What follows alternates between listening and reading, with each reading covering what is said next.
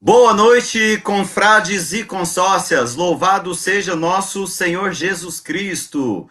É uma alegria muito grande iniciarmos aqui essa live hoje, dia 4 de junho, agora exatamente 19 horas e 32 minutos, na página da Sociedade São Vicente de Paulo do Brasil. Vamos lá, sejam todos muito bem-vindos a essa live, esse tema tão importante que vai ser trabalhado hoje, os avanços e os desafios do Departamento de Normatização e Orientação do Conselho Nacional do Brasil.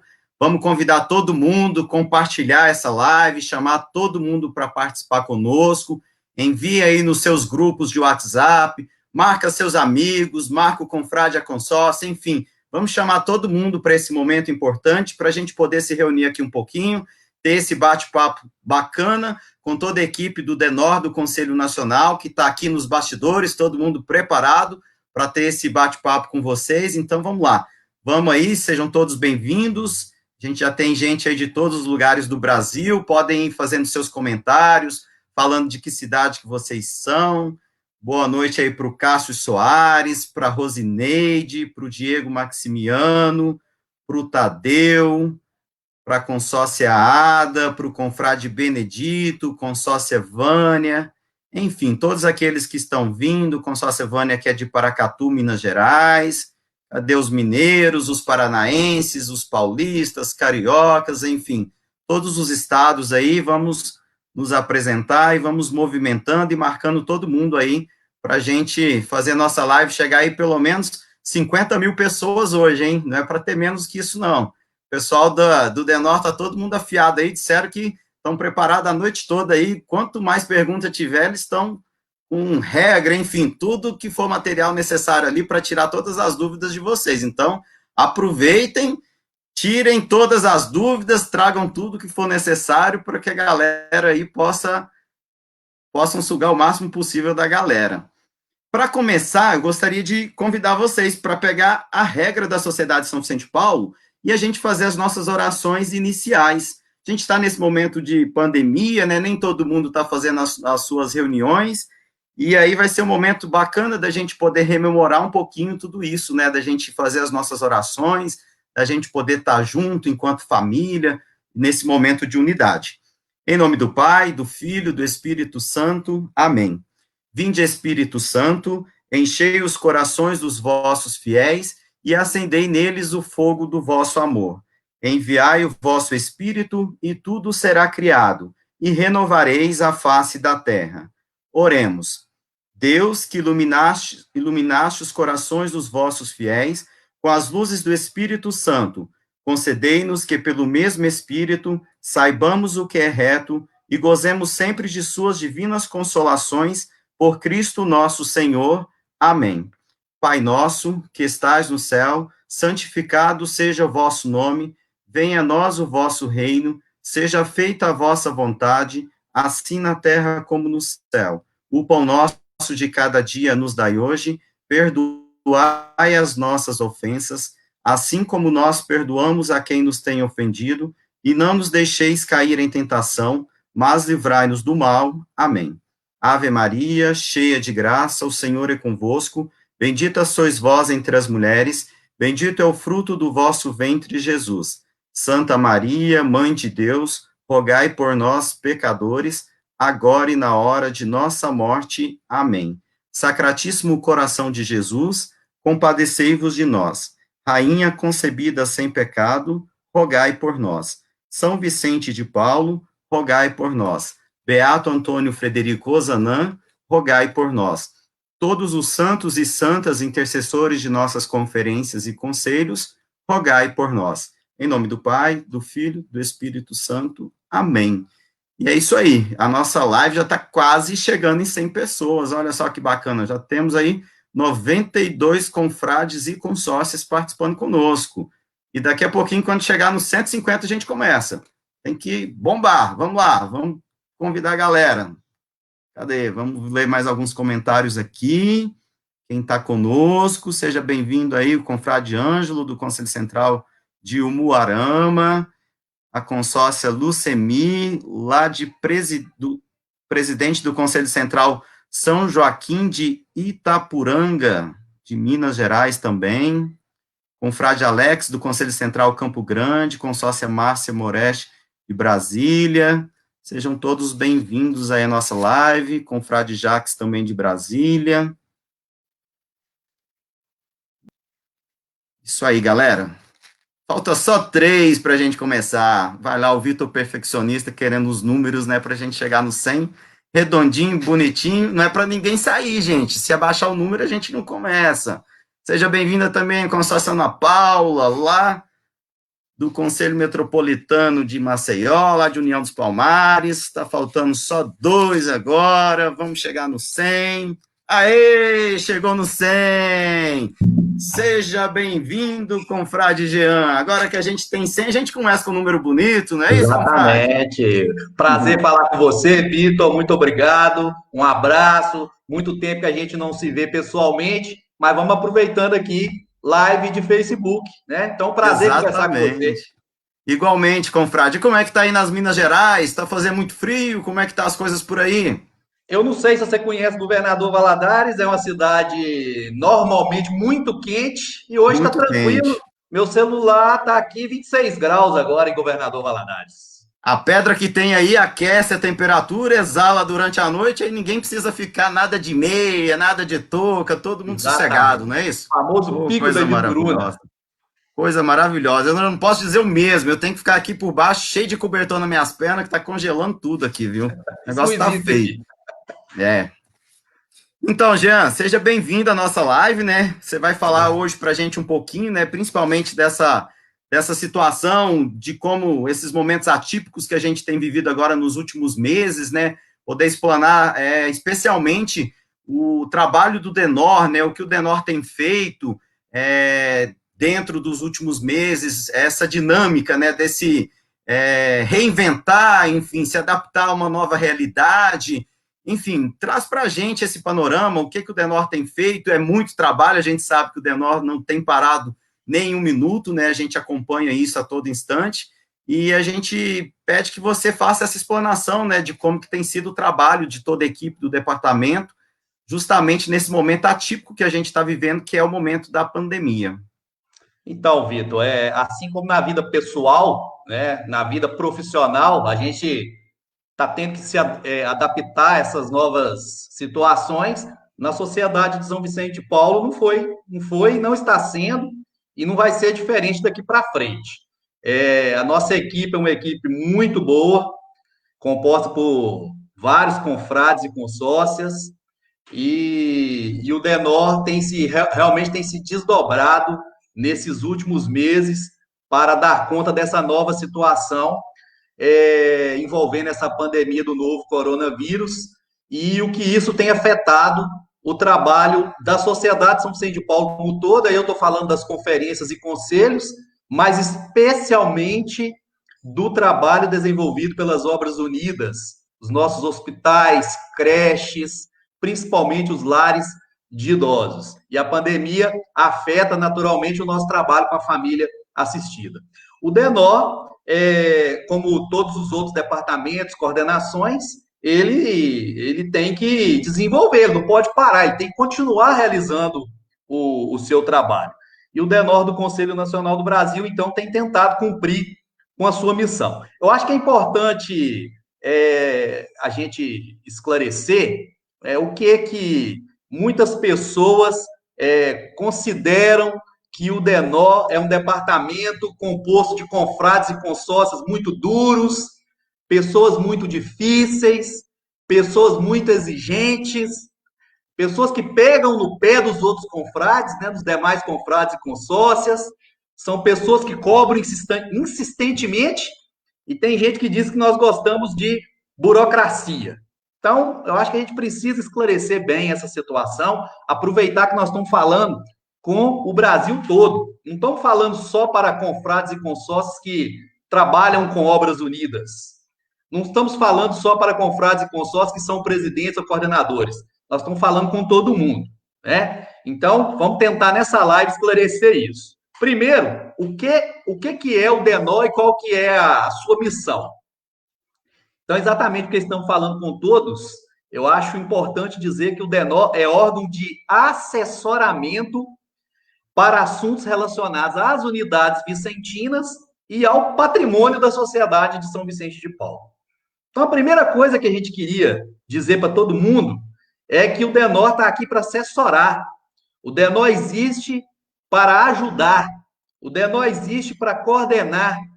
O DENOR existe para tentar fazer com que as coisas aconteçam da forma o mais corretas possíveis.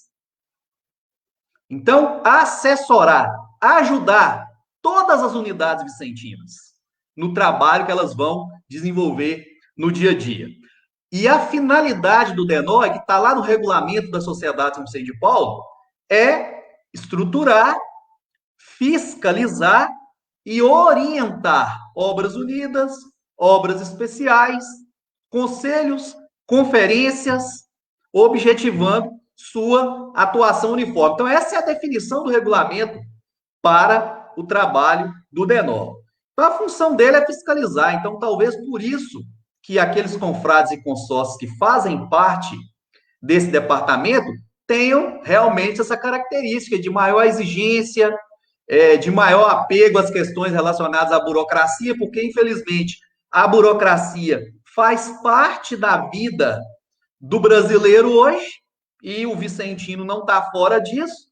Então, talvez seja, sim, característica dos confrades e consórcios que fazem parte do DENOR. São realmente exigentes, porque, infelizmente, se a gente fazer qualquer coisa fora do que determina a lei, a gente pode sofrer as consequências disso. E nós não queremos que isso aconteça com as nossas unidades vicentinas.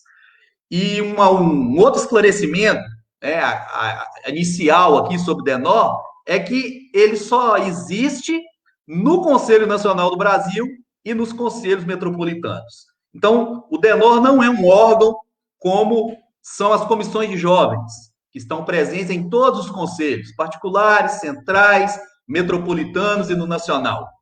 Não. O DENOR não é como a ECAFO, que está presente nos conselhos particulares, centrais, metropolitanos e no nacional. DENOR só existe no Conselho Nacional e nos conselhos metropolitanos.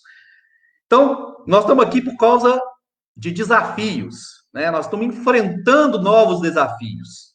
E o maior desafio que o DENOR tem pela frente hoje é tornar realidade o trabalho de conjunto entre os diversos departamentos e coordenações da estrutura administrativa da Sociedade São Vicente de Paulo. E isso é uma necessidade, é uma exigência dos tempos atuais. Mas por que você está falando isso, Diego? A força de qualquer organização, hoje em dia, é a união entre os variados grupos e formas de trabalho que a compõem, que é o que acontece conosco. Nós temos conferências, nós temos conselhos de vários níveis, nós temos a coordenação de juventude, nós temos coordenação de formação, que é a ECAF, nós temos o trabalho das conferências de crianças e adolescentes. Então, nós temos diversos grupos, diversas formas de pensar a sociedade São Vicente de Paulo, e a força da nossa organização, que é a Sociedade de São Vicente de Paulo, é a união desses variados pensamentos, desses variados departamentos e coordenações. Esse é um desafio, que não é só por causa de pandemia, não, é um desafio permanente para a Sociedade de São Vicente de Paulo e para qualquer organização. Podemos colocar aí a nossa Igreja Católica. As rápidas atualizações, características do momento em que nós estamos vivendo, e o papel de cada grupo tornou-se mais complexo e mais específico. Esse é um desafio. Então, a juventude tem um trabalho específico, as conferências de crianças e adolescentes, a ECAFO, o DENOR, o departamento missionário, que eu me esqueci de citar inicialmente. Então, tem suas características muito específicas, tem um papel muito específico. A sociedade hoje, eu não estou falando de Sociedade São Vicente de Paulo, estou falando do grupo em que vivemos, da sociedade civil, passa por mudanças rápidas, muito rápidas. Eu estava conversando no meu serviço essa semana, meninos de 15, 16 anos não sabem, por exemplo, o que é um fax. né? Um aparelho de fax. Pode até já ter visto, pode até saber o que é, mas nunca operou. E o fax até outro dia fazia parte da nossa vida. Era um, era um equipamento importantíssimo nas empresas, nos escritórios. Hoje em dia, ninguém fala mais de fax, não existe mais fax. O WhatsApp hoje traz uma rapidez muito grande. O WhatsApp já está praticamente substituindo o e-mail. Então, a sociedade hoje passa por mudanças muito rápidas. E esse é um desafio. Um desafio do Denó e um desafio da sociedade São Vicente de Paulo. Uma coisa muito importante, um desafio. Na cadeia de decisões, é necessário que todos entendam que um não é e não pode ser mais importante do que o outro. Então, Denó, comissões de jovens, ECAFO, departamento missionário, conferências de crianças e adolescentes. Um não pode ser mais importante do que o outro. Um conselho não pode se achar mais importante do que o outro. Cada um tem sua importância. E como o Denor trabalha muito com obras unidas, as obras unidas não podem se achar, não podem entender que são mais importantes dentro da sociedade São Vicente de Paulo. Quando isso acontece, existe um problema. E esse problema precisa ser sanado. Esse problema precisa ser solucionado muito rapidamente. As obras unidas, os conselhos, as conferências, ninguém está acima de ninguém. Mas a estrutura administrativa que nós criamos ao longo da nossa história tem uma cadeia de comando, tem uma hierarquia administrativa e que ela precisa ser entendida, precisa ser respeitada, né? E as decisões, as orientações, as normas que são criadas, que são determinadas, precisam ser seguidas. Mas esse é um desafio, sim. Eu diria que não só do Denor, mas da sociedade São Vicente de Paulo no Brasil. Um outro desafio é mudar a cultura de que o trabalho do Denor é para pessoas raivosas e carrancudas. Tem um pessoal aqui em Governador Valadares que, inclusive, brinca bastante comigo, dizendo que Denor é coisa para gente velha. Você ficou velho na sociedade São Vicente de Paulo, vai trabalhar com o Denor. Isso é uma cultura que tem que acabar, né? Denor não é coisa de gente que tem raiva, de gente que é carrancuda, não. Denor é coisa de gente séria. E eu parto do princípio que todo vicentino é uma pessoa séria. O trabalho do Denor, ele tem talvez essa característica por causa de tudo aquilo que eu já falei. Trabalha com legislação, legislação brasileira muda a cada instante, todo dia, tem uma norma diferente, orientação diferente, uma cobrança diferente. O Denor trabalha com a questão ligada a patrimônio, e eu estou falando aqui do patrimônio financeiro, estou falando de dinheiro, mas estou falando também de veículos, de imóveis, um sem número de patrimônios que a sociedade São Vicente de Paulo tem. Não estou nem falando do patrimônio confrade consórcio assistido. Esse é o patrimônio mais importante. Eu estou falando daquele dinheiro e do patrimônio móvel e imóvel que a sociedade São Vicente de Paulo dispõe no Brasil todo. E o Denor trabalha com isso. E isso é onde temos questões relacionadas a recursos financeiros, todo mundo sabe que é problema. Não é isso? Esse é um desafio.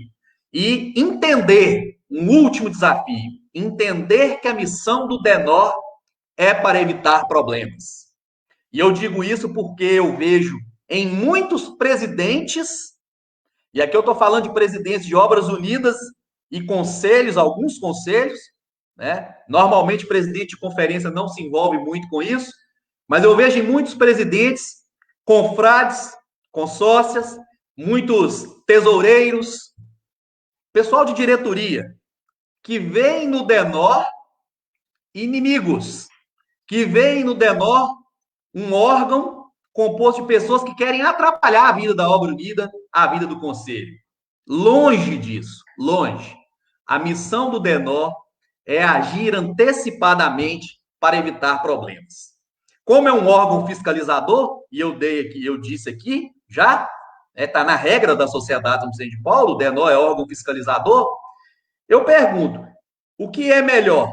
Ser fiscalizado por um órgão da própria Sociedade São Vicente de Paulo, e evitar um problema ou corrigir um problema que já existe, ou deixar que os órgãos de governo, aqueles que fiscalizam e aplicam multas, agir primeiro, e aí aplicar multas e trazer mais prejuízos, mais problemas para a sociedade São Vicente de Paulo.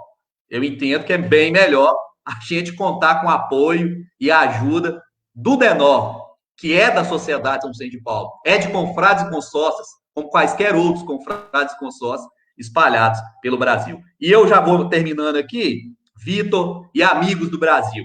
A ação do DENOR, do Conselho Nacional do Brasil, que é implementada pelos DENORs dos conselhos metropolitanos durante essa pandemia do novo coronavírus. Você disse no início, Vitor, é um trabalho incansável. E aí eu tenho que elogiar todos os meus companheiros. Eu sou o último da fila nesse trabalho. Os meus companheiros de DENOR, principalmente o coordenador Márcio, tem trabalhado quase que 24 horas por dia para dar conta de todas as demandas que chegam relacionadas a esse assunto. E as demandas vão chegando, os problemas vão chegando, vão aparecendo, e o DENOR precisa dar resposta a tudo. Então, foram editados aí nos últimos dias, nos últimos 2 meses principalmente, né, vários documentos que ajudam as Obras Unidas e os conselhos Brasil afora para tentar enfrentar ou para enfrentar esse problema da pandemia do coronavírus. Nós temos, eu posso citar aqui rapidamente, a resolução número 2 do Conselho Nacional, que prorroga os mandatos de Obras Unidas e conselhos.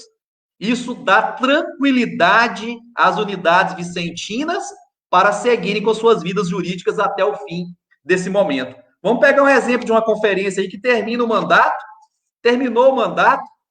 e não está se reunindo. Como é que faz? Quem é que é o presidente? Quem é que responde pela conferência nesse momento? Ou a conferência já fez a eleição, mas ainda não pôde dar a posse? Quem comanda a conferência? Quem comanda o conselho? E, principalmente, quem comanda uma obra unida, um lar de idosos, um hospital? Como é que vai comandar se o mandato acabou? Como é que vai assinar cheque? Como é que vai resolver os problemas do dia a dia de funcionário, de fornecedor? Quem vai responder pela unidade vicentina nesse momento se não tiver mandato? Por isso que o Conselho Nacional emitiu essa resolução. A intenção é dar tranquilidade jurídica às nossas unidades vicentinas. A resolução 3 determina que os conselhos metropolitanos criem comissões temporárias para acompanhamento das Obras Unidas nesse momento. É mais um apoio. Além de ter DENOR, nós criamos essas comissões temporárias para irem até as Obras Unidas, respeitando os devidos cuidados aí sanitários, né? Mas irem, e quando eu falo ir, não precisa ser necessariamente ir lá na Obra Unida, entrar na Obra Unida, mas ir até a obra, conversar com o presidente, com a diretoria, ajudar na implementação de todas essas normas, ajudar naquilo que a Obra Unida precisa. Então, nós criamos essas comissões temporárias, formadas por confrades e consórcios. A resolução 4, ela proíbe a admissão de novos moradores nos lares de idosos. Isso também para quê? Para prevenir eventuais problemas de disseminação do novo coronavírus. Inclusive, essa determinação pode passar por alguma mudança nos próximos dias. Tem uma resolução que orienta as Obras Unidas na prevenção ao contágio do novo coronavírus. Nós temos uma resolução que trata do projeto Todos Somos Um, que é um projeto de apoio às Obras Unidas. É um projeto que eu diria que está praticamente distribuindo dinheiro para as Obras Unidas do Brasil. O Conselho Nacional do Brasil, com apoio de outras unidades vicentinas e de confrades e consórcios, desenvolveu um programa que ajuda, apoia financeiramente as Obras Unidas. Centenas de Obras Unidas já tiveram acesso a esses recursos do Conselho Nacional do Brasil. Então, tem orientação sobre campanhas de arrecadação de donativos, orientação às Obras Unidas sobre como exigir dos poderes públicos os equipamentos de proteção individual para os funcionários.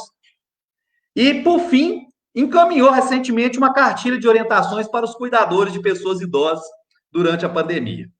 Então, Vitor, amigos, o que eu tinha para falar inicialmente a respeito dos desafios e avanços do Denor nesse momento de tanta dificuldade no Brasil.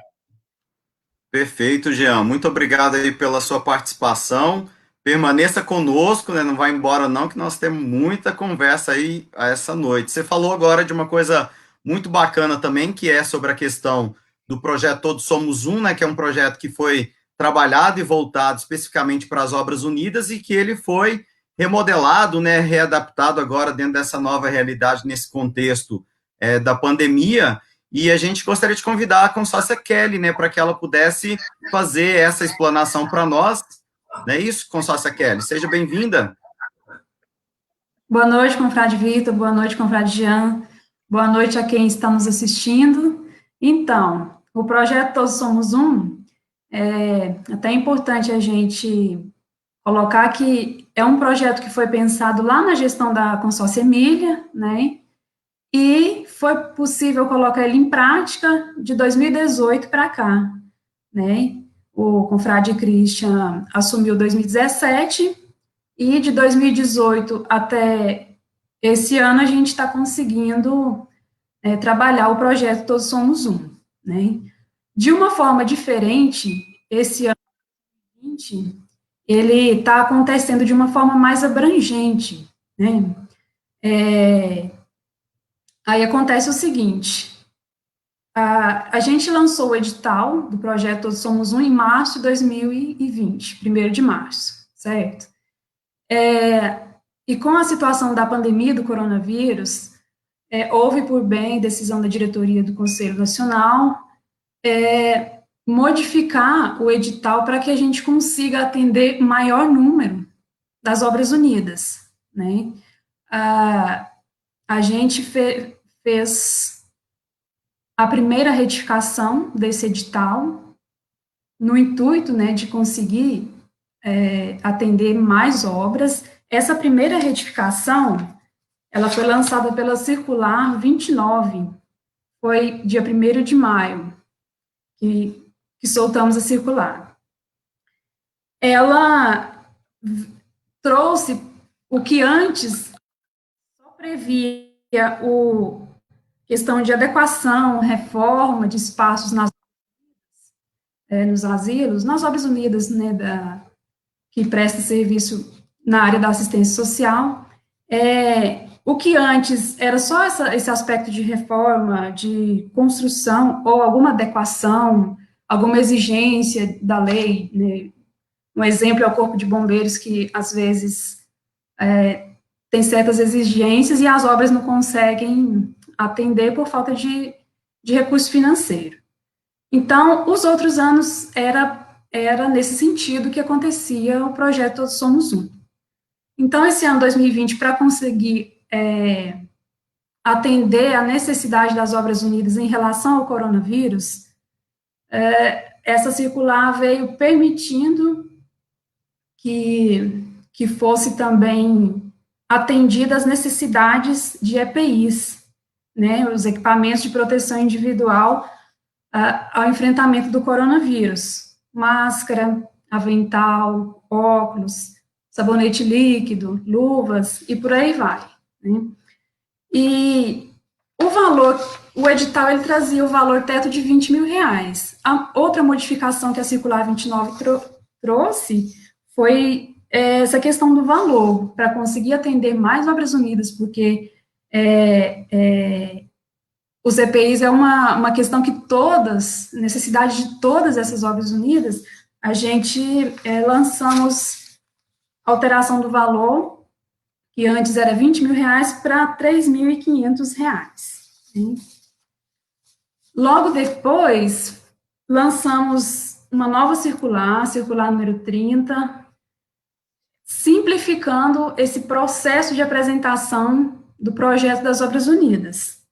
Ele simplificou a questão dos requisitos. O que antes era exigido toda uma documentação que atestasse o regular funcionamento da obra unida, ele foi simplificado de forma que a obra unida viesse apresentar o formulário, né, que é onde vem toda a informação da obra unida, a localização dela, os dirigentes e do que se trata o projeto, a gente também pediu que tão somente fosse apresentado o relatório dos internos, relatório dos residentes dessas obras unidas, né, dos idosos, quantos idosos, como é a participação deles no custeio daquela unidade, e outra questão também a ser apresentada, parecer do Conselho Central e parecer do Conselho Metropolitano.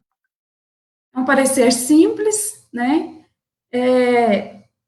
no sentido de que o Conselho Central daquela área e o Conselho Metropolitano ateste aquele projeto, opinando que realmente é necessário aquela ajuda para aquela obra unida, tá? Bom, feito isso, a gente começou as análises dos projetos, né, que quase que 100%, acho que 99% desses projetos que estão chegando, pleiteando justamente os EPIs, né, adequação e reforma, como era, eles continuam sendo possível pedir, né, mas a gente vê que esse momento delicado da pandemia de coronavírus, a real necessidade mesmo das obras unidas, dos asilos vicentinos, os EPIs, luvas, máscaras, álcool em gel, sabonete líquido, são esses pedidos que têm chegado para a gente, né?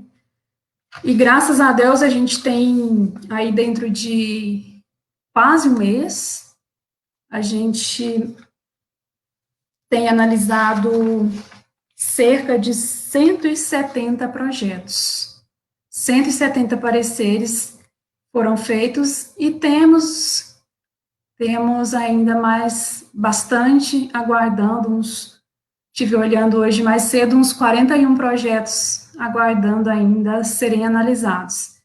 Se Deus quiser, conseguir abranger aí um grande número de obras unidas, porque a gente sabe, a gente quer estar junto, a gente quer caminhar junto, porque a gente sabe que não é fácil o enfrentamento, porque nossos idosos das nossas obras unidas sabemos que estão no grupo de risco, né, do coronavírus. Então, o nosso intuito é caminhar junto. Então, é isso, basicamente. Obrigado, Constácia Kelly, pela sua participação, e agora trazendo aqui de volta conosco, né, o confrade Jean e os demais integrantes aí da equipe do Denor. Seja bem-vindo, confrade Facchini, boa noite, louvado seja o nosso Senhor Jesus Cristo. Boa noite, para sempre seja louvado, muito obrigado. Prazer participar dessa live, né? Vamos ver se a gente consegue tirar as dúvidas do nosso povo aí, né? Boa noite, confrade Valdir, louvado seja nosso Senhor Jesus Cristo, seja bem-vindo. Eu acho que seu microfone está fechado, confrade Valdir. Para mim aqui. Boa noite, para sempre seja louvado, confrade Vitor. Boa noite também, o confrade Márcio, louvado seja nosso Senhor Jesus Cristo, seja bem-vindo, confrade. Boa noite, confrade Vitor, para sempre seja louvado. Obrigado aí por nos ajudar nessa live. Boa noite, meus companheiros de caminhada aí, de trabalho. Nós estamos só em 5 aqui hoje, mas nós estamos em 10, né? Tem 5 esperando aí do lado para poder ajudar nas perguntas, né? Desde já eu agradeço aí o confrade Vitor, Conselho Metropolitano de Maringá, nessa ajuda que está dando para nós aí. Imagina, a gente está aí à disposição. E nós temos aqui algumas perguntinhas, né? Se vocês também têm perguntas, queiram colocar elas nos comentários, pode ir mandando, mas a gente já tem algumas perguntas que o Denor recebeu previamente, que a gente vai direcionar aqui para a equipe, para que eles possam ir respondendo. A primeira que é para o confrade Márcio, para ele explicar um pouquinho para a gente sobre a resolução número 2 e a resolução número 5 da diretoria do Conselho Nacional. Essas duas resoluções, né, elas falam sobre a questão da prorrogação dos mandatos. E a pessoa que fez essa pergunta, ela quer tirar dúvida no sentido assim, por que o Conselho Nacional fez isso sendo que é algo que é proibido pela regra da Sociedade São Vicente de Paulo. Aí, nesse sentido, você poderia esclarecer, ô confrade Márcio, se é de fato proibido, por que que é, enfim, responder e explicar um pouquinho mais, né, para todos os confrades e consórcios, essa questão da resolução 2 e 5. Beleza. Só antes de responder a pergunta, estão me ouvindo bem? Sim. Tá, né? Eu queria entrar um pouquinho na fala dos dois que falaram antes de mim. Do Jean, que falou aí dos trabalhos do Denor, né, que destacou bem o que nós estamos fazendo aí nesse período de pandemia. E o nosso lema do Denor, do Conselho Nacional do Brasil hoje, da equipe, é trazer Denor no que possa ajudar, né? O Denor do Conselho Nacional do Brasil, ele só está à disposição para ajudar as nossas unidades de científico. Sobre o projeto Todos Somos Um, que a Kelly colocou aí, colocou muito bem, é um projeto que foi da diretoria anterior, né, que eu acho que está dando interferência sobre o microfone. Pode falar, Márcio. Eu acho que o projeto Todos Somos Um, ele acabou vindo aí da diretoria anterior. O confrade Christian assumiu o Conselho Nacional, colocou ele para funcionar, né? Pediu para o Demônio Nacional colocar para funcionar, e a gente conseguiu aí, junto com a consórcia Kelly, o resto do pessoal, fazer o projeto, colocar ele aí para o pessoal poder se credenciar e tentar as verbas para poder ajudar nessas obras. É um projeto muito importante. Nesse ano de pandemia, nós estamos mostrando assim, que ele é mais importante do que aquilo que a gente vinha imaginando ainda, né? O pessoal sempre fala assim, o Conselho Nacional do Brasil recebe a 200ª, não faz nada pelas nossas obras. Até hoje está passando por conta de ano. O Conselho Nacional do Brasil recebeu esse ano 240 mil de 200ª, e nós já devolvemos só de projeto Todos Somos Um, quase mais de 400 mil reais para as nossas unidades, né? Então, assim, o Conselho Nacional do Brasil, ele, claro, é um órgão superior aqui no Brasil, mas ele está trabalhando com as bases, ele está de olho nas bases, né? E ele não está em cima de um palanque, não. Ele está realmente lá nas nossas bases. Agora, voltando à pergunta, confrade, falando da resolução 2 e 5, a 2 ela veio permitindo as nossas, primeiro, né? A prorrogação de mandato, ela não é proibida na regra, ela não é contemplada na regra, né? Não está contemplado lá, então não pode acontecer. Mas, no tempo de pandemia, como o Confradiano já colocou no tema dele, não tinha como a gente deixar nossas unidades sem as diretorias. Como que nós vamos ficar com um hospital, com um lar, sem diretoria para assinar um cheque, fazer pagamento de funcionário, comprar alimentação, ou qualquer outra coisa aí da nossa obra, né, burocrática das nossas obras. Então, o Conselho Nacional do Brasil, vendo essa situação toda, resolveu autorizar a prorrogação do mandato pela resolução 2 até 30 de junho. Como a gente veio acompanhando aí a situação da pandemia e viu que não ia melhorar por esse tempo, a gente prorrogou na resolução 5 até dezembro desse ano, né? Até 30 de dezembro desse ano. Quando você autoriza, está autorizado, não quer dizer que tem que ser feito. O Brasil, ele é um país do tamanho de um continente. De repente, lá no Rio de Janeiro está difícil, você não pode reunir as pessoas, fazer uma assembleia de eleição, uma assembleia de posse, mas em uma outra cidade está liberado, você pode fazer, não tem por que prorrogar o mandato, né? Você tem que fazer o processo normal e seguir aí, tanto com a eleição e a posse. Ele traz também destacado que o processo eleitoral tem que acontecer. Ele tem que ser aberto, o pessoal tem que encaminhar os currículos, esse currículo tem que ser encaminhado para o Conselho Superior para ser homologado. A própria resolução 5 também já traz uma outra autorização que a regra não previa, que é o quê? A regra fala que quem homologa os currículos é o Conselho Superior.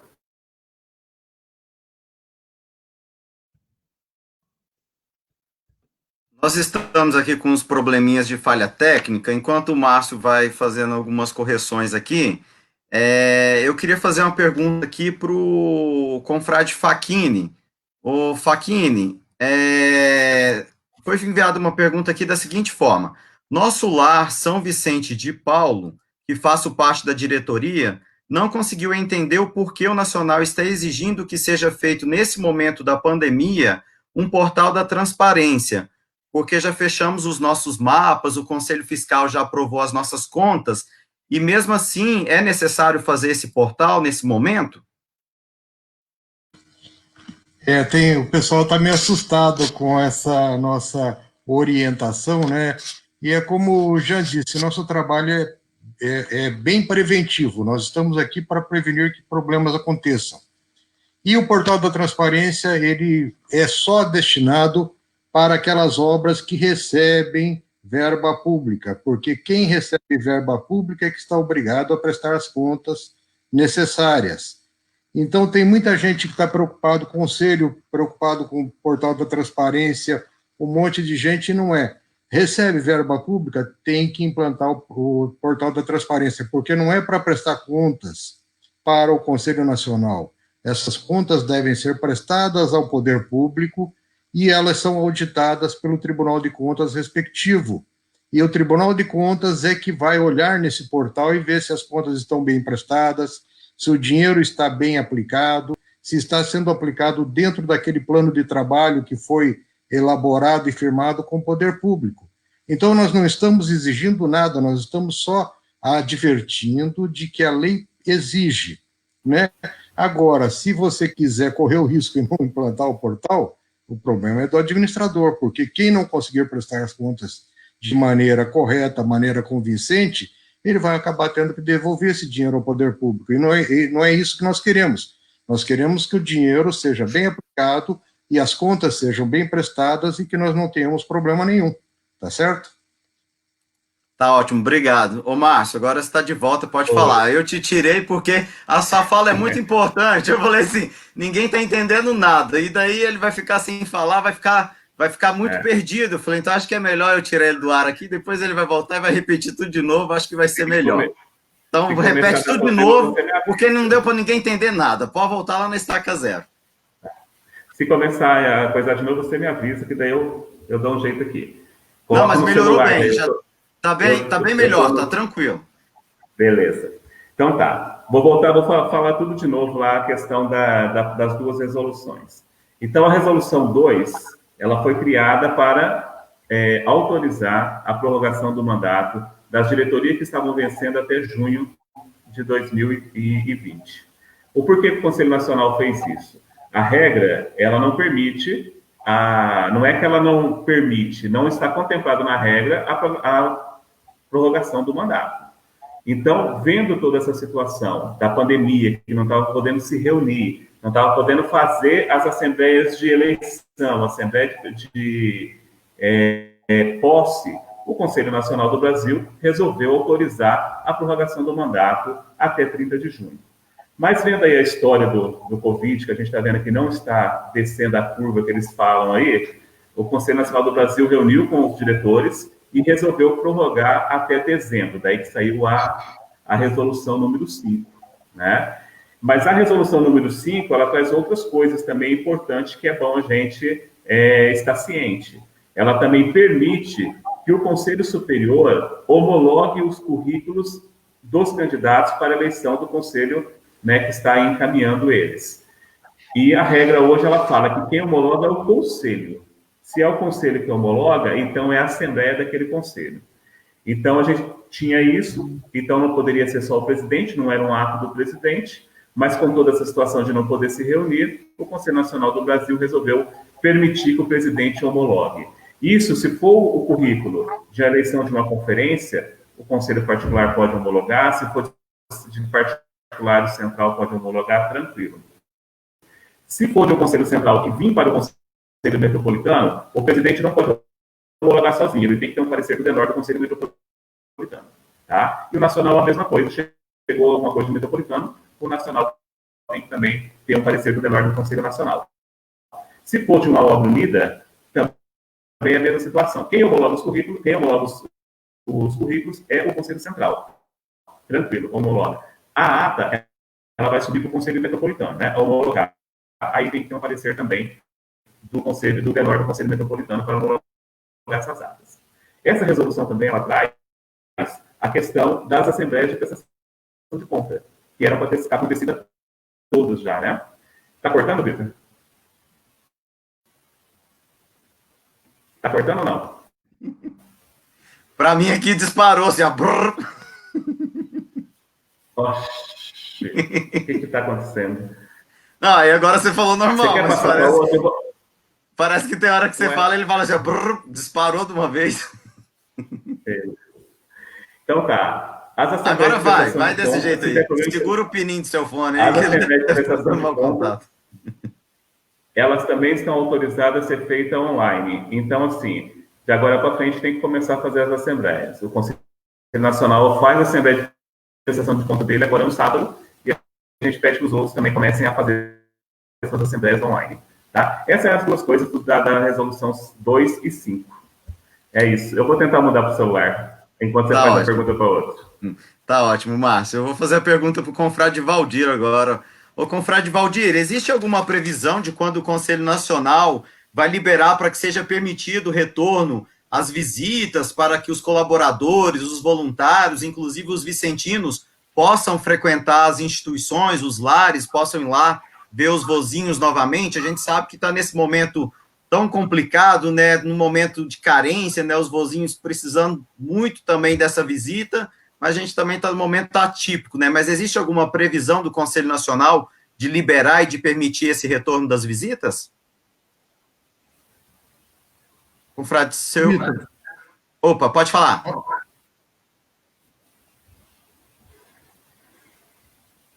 vamos lá, confrade. Confrades e consórcios, essa pergunta é muito importante e oportuna.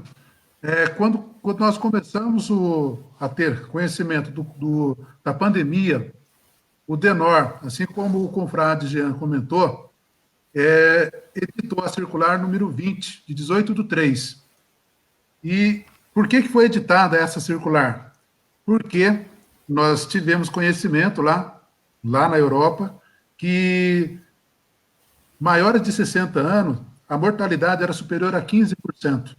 E os pesquisadores, médicos, por unanimidade, definiram que a melhor forma de prevenção é exatamente a segregação social. Baseado nessas informações científicas e médicas, o DENOR editou essa circular orientando para que nós fizéssemos o isolamento social dentro dos nossos lares, não permitindo que pessoas entrassem lá dentro e a saída dos nossos idosos fossem somente em caso de emergência, para atendimento médico. E isso até o momento está sendo mantido.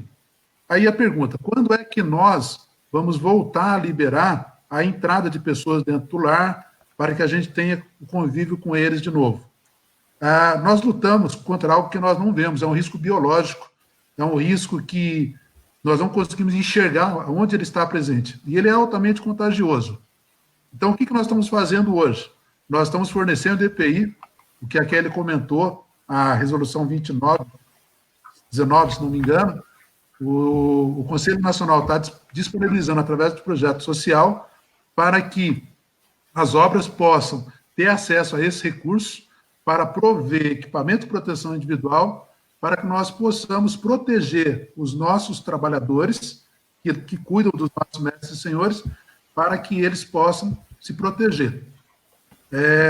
Nós tivemos aproximadamente 19 pessoas contaminadas nos nossos lares e tivemos 5 fatalidades.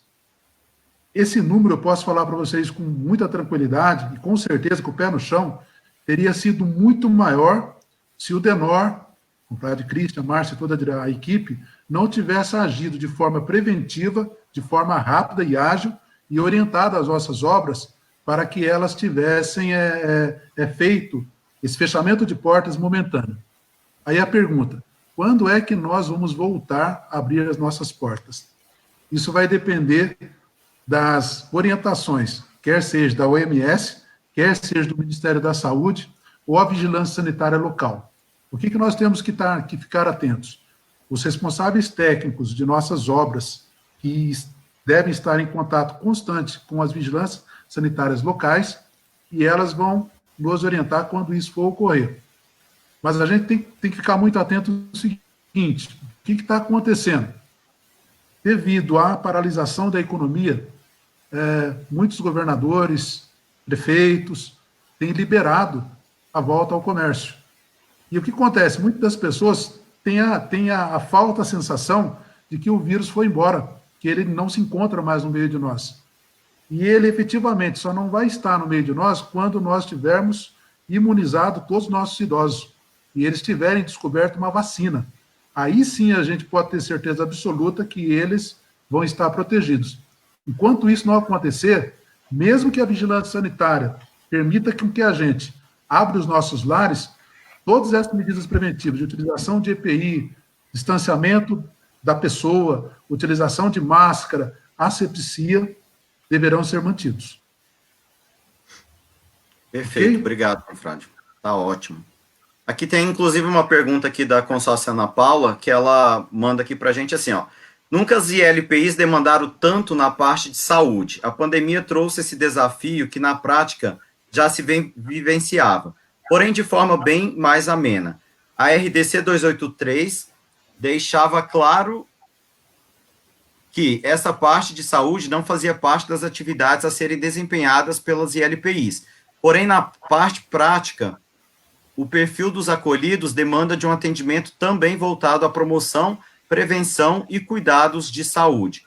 Como o Denor está vendo hoje essa hibridez, saúde e assistência, no contexto dos acolhimentos em suas instituições de longa permanência para idosos? Vamos lá. Uma pergunta importante também. O que acontece hoje dentro dos nossos lares?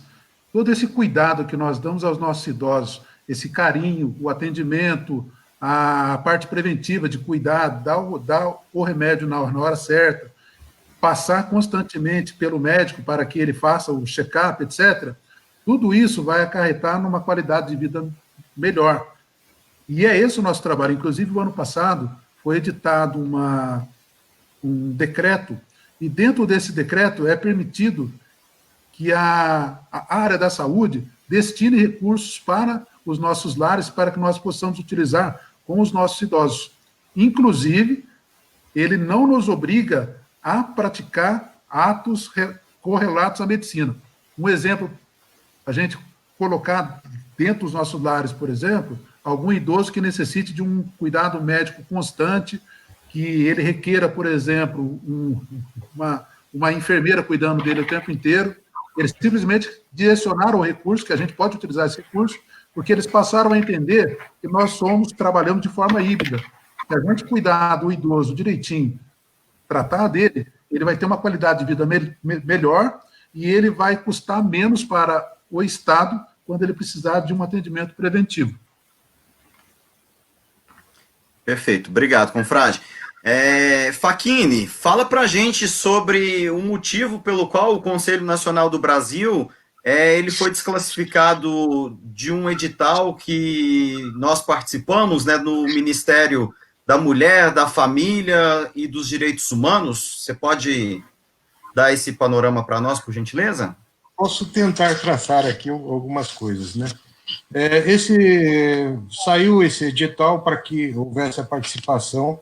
A priori, o edital previa que participasse entidade que tivesse representatividade nas 5 regiões do país e era o objetivo que se atendesse ILPIs. Nós, naturalmente, entramos nos candidatando para que atendêssemos única e exclusivamente as nossas ILPIs. E foi por isso que nós acabamos sendo desclassificados, porque o Ministério entendia que deveríamos atender outras ILPIs que não as nossas também. Mas a gente entendeu que deveríamos manter essa posição, porque nós temos 600 ILPIs e boa parte delas estão necessitando de muito ajuda neste momento. E nós não conseguiríamos atender nem as nossas, como é que nós iríamos atender as demais, né? Por isso, infelizmente, acabamos sendo desclassificados, não é? Entendido. Ô, Márcio, o Conselho Central Sudoeste, ele gostaria de saber se podem fazer assembleia de prestação de contas referente a 2019 online. Como poderia ser feito isso? podemos fazer online. O Conselho Nacional vai fazer online agora no sábado, né? A resolução 5, ela vem trazendo essa autorização. Certo. Ô, Jean, eu bloqueei seu microfone, deixa eu liberar ele aqui já logo, senão você vai ficar falando aí. Aí, agora tá beleza. Ô, Jean, nós recebemos aqui uma pergunta do Enzio Henrique, lá de Goiânia.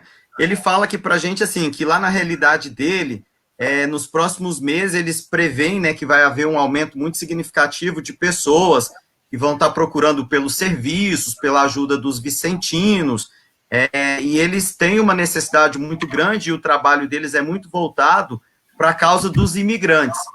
E ele gostaria de saber, assim, se seria possível o desenvolvimento de alguma campanha especial relativa ao desemprego, além dos projetos sociais, daquilo que o Conselho Nacional já desenvolve. Pois é. O Enzio, não é isso? Isso. Ô, Enzio, é o seguinte, lembrar que já existe um trabalho, já existia antes dessa pandemia, desde o ano passado, um trabalho bem forte do Conselho Nacional com relação aos imigrantes, principalmente os imigrantes venezuelanos. Eu faço parte da equipe de intervenção do Conselho Metropolitano de Ouro Preto, mesmo morando em Governador Valadares, nós estamos trabalhando lá com o Conselho Metropolitano de Ouro Preto. E nós temos orientado, falado e cobrado bastante, vínhamos fazendo isso com relação aos imigrantes venezuelanos. Inclusive, a minha conferência, em parceria com outra aqui em Governador Valadares, está começando um trabalho de apoio, de ajuda a uma família venezuelana. Então, deixar claro que já existia essa preocupação e já existia um trabalho organizado do Conselho Nacional com relação aos venezuelanos. E é importante destacar que a orientação do Conselho Nacional do Brasil é que o apoio tinha que ser integral, né? Desde a ajuda material, desde o aluguel, e principalmente encontrar emprego para essas pessoas, para esses pais de famílias venezuelanos. Então, os imigrantes, eles não foram, não são e não estão esquecidos pela sociedade de São Vicente de Paulo. É verdade que é público e é notório que o desemprego vai aumentar. Já aumentou, já está aumentando. E é mais um trabalho para a sociedade de São Vicente de Paulo. Só que esse assunto específico, ou um programa específico para trabalhar a questão do emprego, ele vai ter que ser desenvolvido somente nos próximos meses. E porque o assunto vai ficar esquecido? Não. A gente entende que dentro do trabalho do Vicentino, do trabalho da Sociedade de São Vicente de Paulo, o seu trabalho normal, dentro do objetivo máximo do confrade da consórcia, que é o resgate da dignidade humana dos assistidos, já está contemplada a necessidade de nós ajudarmos na procura do emprego, se esse for o problema daquela família. Em muitos casos, sim. Né? Então, já é trabalho do Vicentino. Já é responsabilidade nossa desenvolver isso sem necessidade de alguma campanha especial. Mas, naturalmente, que com a passagem dessa situação, quando a gente conseguir respirar um pouco mais, a gente pode, sim, levar isso para a diretoria do Conselho Nacional, quem sabe fazer uma campanha específica para a questão dos empregos. Mas eu quero deixar, mais uma vez, destacado, isso já é trabalho do Vicentino, procurar emprego para aqueles assistidos que não têm. E uma situação que nos aflige bastante, porque já era difícil e agora vai ficar ainda mais difícil o trabalho do Vicentino. Mas nós estamos aqui para isso, para trabalhar e vamos fazer isso. Inclusive, está aí a mensagem também do confrade Christian, né, nosso presidente, né, a parceria para trazer venezuelanos de Roraima para o projeto que o Jean cita teve que ser suspensa, mas continuamos em contato e atento a essa demanda. E falando aqui, né, o Enzo traz essa questão para a gente sobre campanha, e, ô Márcio, a gente tem visto e está rodando aí no rodapé de vocês aí o tempo todo, uma campanha importantíssima, né, que o Conselho Nacional está desenvolvendo agora, nesse momento de pandemia. Você poderia falar um pouquinho para a gente sobre essa questão? Além de projetos sociais, projeto Todos Somos Um, a gente tem aí mais uma campanha, e às vezes muitos vicentinos a gente vê que está um pouco despercebidos, não tem visto a campanha, às vezes não sabe da campanha, ou sabe da campanha, mas não tem se envolvido tanto com a campanha, enfim. O que a gente pode fazer para melhorar um pouco mais essa campanha, confrade? Então, a campanha Rede de Caridade, né? Ela está aí correndo o dia a dia da Sociedade São Vicente de Paulo, e é uma campanha também montada para as nossas obras, para nossas LPIs, e toda a arrecadação feita nela vai ser direcionada para as LPIs. E assim, estou precisando de doação. O pessoal precisa entrar, precisa doar, precisa fazer um trabalho. A Comissão de Jogos fez um trabalho de uma semana e conseguiu aí alavancar bastante a nossa campanha. Nós estamos aí numa disputa Paraná e Minas Gerais para ver quem que vai conseguir mais doação, motivar mais o pessoal a doar. Vocês vão perder. Acabei de receber uma tabela aqui, ó, do Samuel, que está cuidando da campanha. O DECOM, que teve essa ideia de fazer a campanha, montou uma equipe, fez a divulgação, está fazendo uma divulgação muito boa, né? E a gente precisa que o pessoal ajude a divulgar. O confrade Renato gravou um vídeo e foi muito feliz até na colocação dele, onde ele coloca que o vicentino tenta buscar sempre fora, né, a doação. Mas o vicentino também tem que colocar a mão no bolso e ajudar aí a campanha. Hoje nós já arrecadamos mais de 70 mil reais. A nossa meta é chegar em R$1 milhão. Então o pessoal precisa ajudar a gente. Infelizmente, Vitor, eu tenho uma notícia triste para você. Você vai ficar careca amanhã. Não acredito. Você vai ficar careca amanhã, não vai ter jeito, né? Ultrapassamos mineiros? Não pode contar isso ao vivo, não. Tinha que ficar em off, viu? Mas vamos ver o que vai acontecer. Então, assim, gente, é uma campanha legal. O Conselho Nacional está fazendo para ajudar nossas obras unidas. O DECOM do Conselho Nacional, eu até quero agradecer ao confrade Samuel, né, e toda a equipe dele que montou essa campanha, que está divulgando bastante. E a gente está motivando o pessoal também a fazer isso. Estão buscando pessoas para gravar vídeo, pessoas famosas aí para ajudar a gente a divulgar. Então, assim, cabe a cada vicentino fazer o seu papel, né?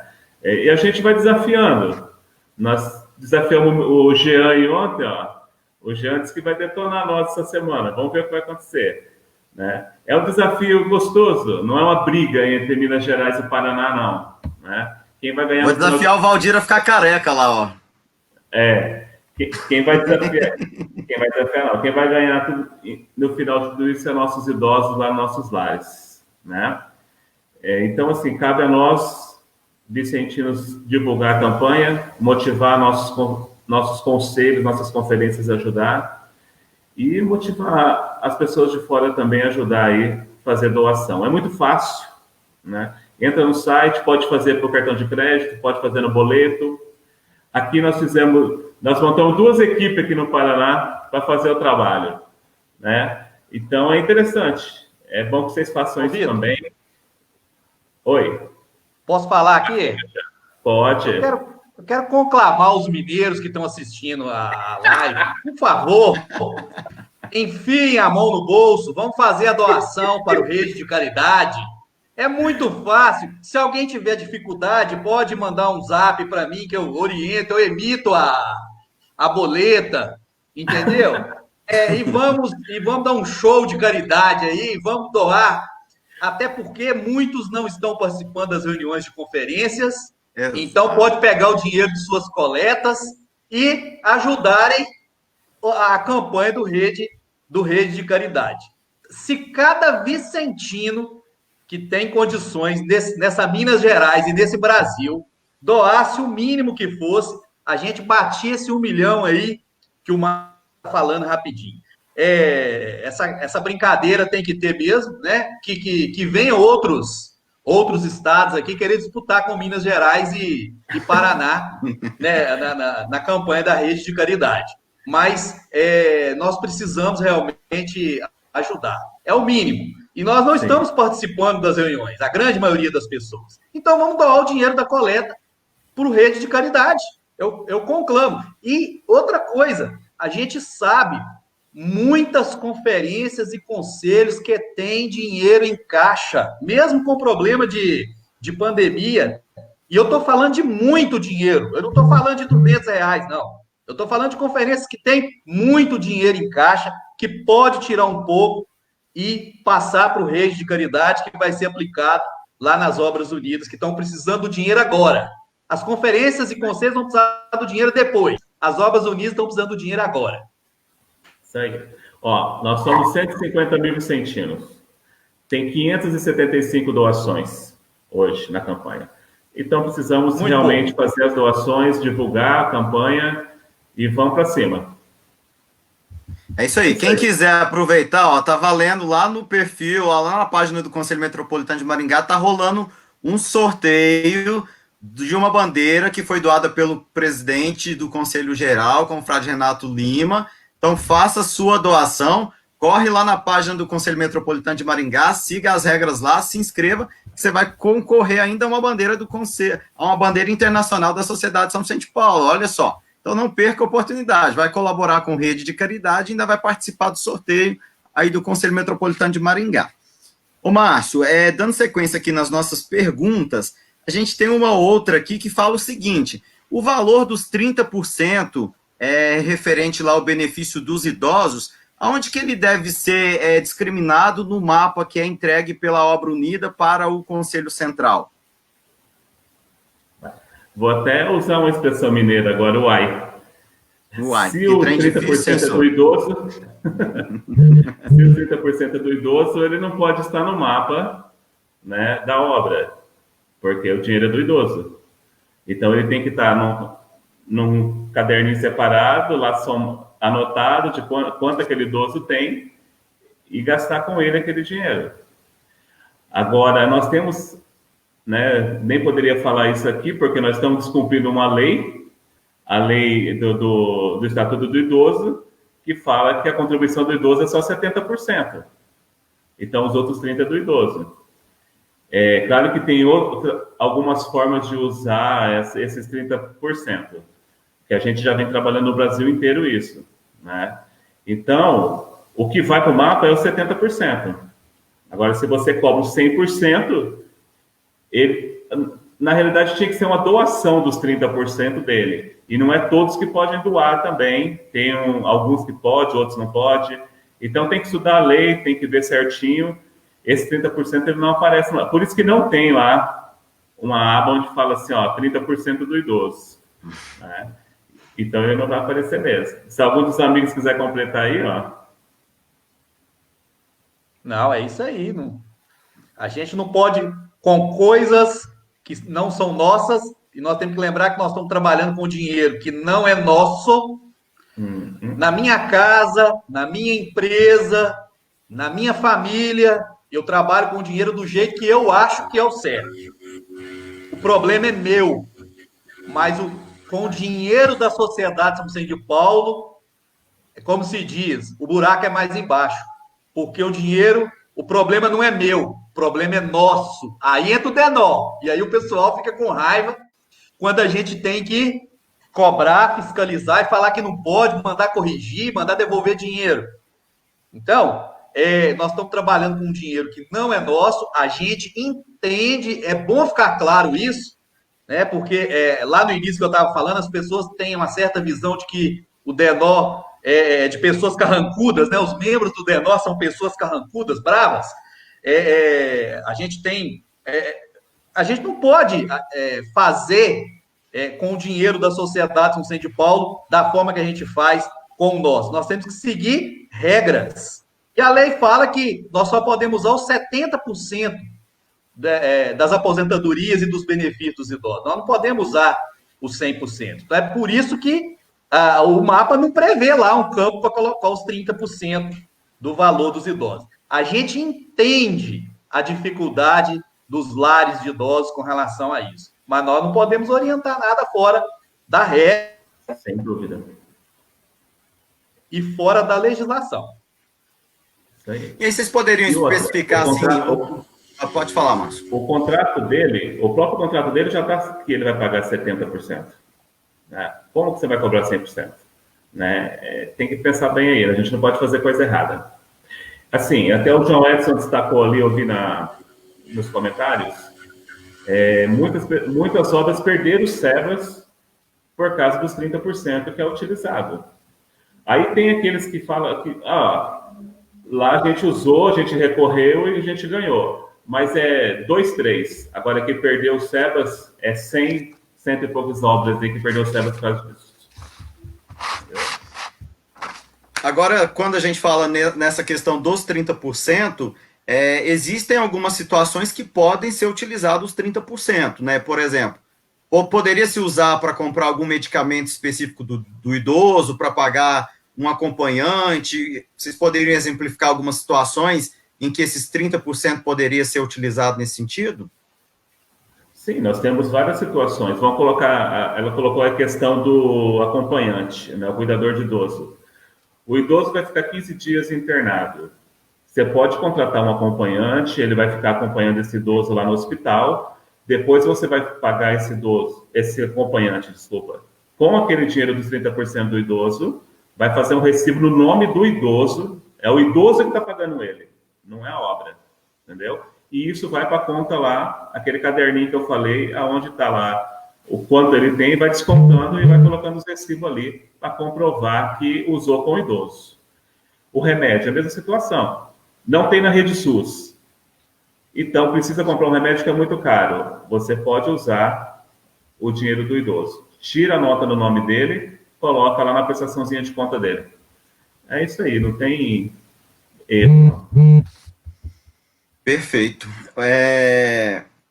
Márcio, um presidente de obra de seu encargo, usa de seu encargo para favorecimento para seus parentes, tanto na obra quanto na prefeitura. Isso pode? Olha, isso daí dá código de ética, né? A Kelly poderia até falar mais do que eu, porque ele está usando do encargo dele para beneficiar um parente, né? Coisa que é proibida pelo nosso código de ética, pela nossa regra. Então, descumpriu isso, código de ética, e pode ser excluído da sociedade, vai ter a sanção, com certeza. Se ele contratar um parente, ele está fazendo nepotismo, que também é crime pela Constituição Federal, né? Agora, na prefeitura, é uma situação inusitada. Eu nunca tinha visto isso, que um presidente de obra usou da sua influência para poder colocar um parente na prefeitura, porque ele é presidente de uma obra. Eu também acho que seria uma falta de ética da parte dele, usar da presidência dele na sociedade para poder ter lá influência na prefeitura e colocar um parente dele para trabalhar. Também daria código de ética, sim. Exatamente. Como o Márcio disse, o Código de Ética tem dispositivos que traz justamente a questão do conflito de interesses. Então, o presidente de obra unida, ele está ali para desenvolver os objetivos daquela unidade, os objetivos que vêm muito claros no seu estatuto social, e isso nada tem a ver, né, com o que está sendo pleiteado aí, essa questão de usar, às vezes, o seu cargo ali, às vezes a cidade é pequena e todo mundo conhece aquele confrade porque ele dirige a obra, e tem uma certa facilidade para isso. Só que perante, a gente tem um código de ética e isso deve ser respeitado, né? Sim. Assim, o Vicentino ele não pode ter benefício nenhum, para ser vicentino. Ele é vicentino porque ele é vocacionado, né? Ele não pode ter benefício próprio para ele, ou para familiar dele, ou para amigo, porque ele é presidente vicentino. Ô, Facchini, o Conselho Fiscal de uma obra já aprovou as contas. Agora, depois desse procedimento, é necessário fazer a publicação dessas contas em um jornal local da cidade? Não, a primeira coisa que nós temos que levar em consideração é que o Conselho Fiscal não aprova contas, ele referenda as contas, né? Ele analisa, ele entende se as contas são boas ou não e sugere à Assembleia que aprove ou não essas contas. Então, essa é a primeira coisa que nós temos que levantar. E outra, não se exige publicação em lugar nenhum, né? É pura e simplesmente que elas sejam aprovadas pela Assembleia e está resolvida toda a questão das contas. Perfeito, Facchini. Ô, Jean, existe alguma isenção de imposto sem ter o SEBAS? Existe. Vamos lembrar que o SEBAS é uma certificação para entidades de assistência social, de saúde, de educação, que a gente pode chamar também de entidades sem fins lucrativos ou sem fins econômicos, que é o caso da Sociedade São Vicente de Paulo, seus conselhos e obras unidas. Então, o SEBAS é uma certificação de nível federal que basicamente nos permite que não nos obriga a recolher a cota patronal do INSS. Esse sempre é o grande objetivo de uma obra unida nossa ou de qualquer outra entidade assistencial ao tentar o SEBAS. Porque a cota patronal do INSS, que é calculada sobre a folha de pagamentos, normalmente é a maior despesa que uma empresa tem. E aí, nesse caso, Sociedade São Vicente de Paulo e uma empresa qualquer é quase a mesma coisa. Então, isso gira em torno de 22% da folha de pagamento. Então, quando você deixa de ter que pagar uma despesa tão alta dessa, vai sobrar, em tese, algum recurso para ser novamente investido dentro da obra. Então, nós estamos falando da cota patronal do INSS, que é um imposto federal que existe para poder manter a previdência social, para pagar as nossas aposentadorias, os auxílios diversos oferecidos pelo regime geral de previdência social, que a gente pode colocar como igual INSS. Bom, mas se eu não tenho SEBAS, o que eu posso requerer de isenção? Por exemplo, IPVA dos nossos veículos oficiais.